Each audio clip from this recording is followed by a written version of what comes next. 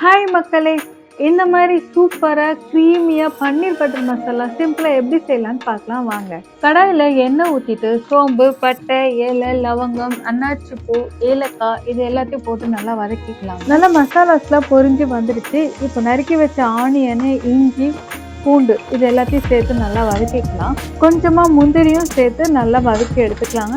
பொன்னிறமானதும் தக்காளியும் சேர்த்து நல்லா வதக்கி எடுத்துக்கலாம். தக்காளி வதங்கினதும் ஆற வச்சுட்டு மிக்ஸி ஜார்ல அரைச்சி பேஸ்ட் போல நல்லா அரைச்சி எடுத்துக்கலாம். இன்னொரு பேன் எடுத்துக்கோங்க. அதில் பட்டர் போடுங்க. நல்லா மெல்ட் ஆகட்டும். அதில் பன்னீர் போட்டு நல்லா வதக்கி எடுத்துக்கலாங்க. பொன்னிறமா ஆகட்டும். 1.5 ஸ்பூன் காஷ்மீர் மிளகாய், 1/4 ஸ்பூன் கரம் மசாலா, தேவையான அளவு உப்பு, கொஞ்சம் மஞ்சத்தூள் இது எல்லாத்தையும் போட்டு நல்லா வதக்கிக்கலாங்க.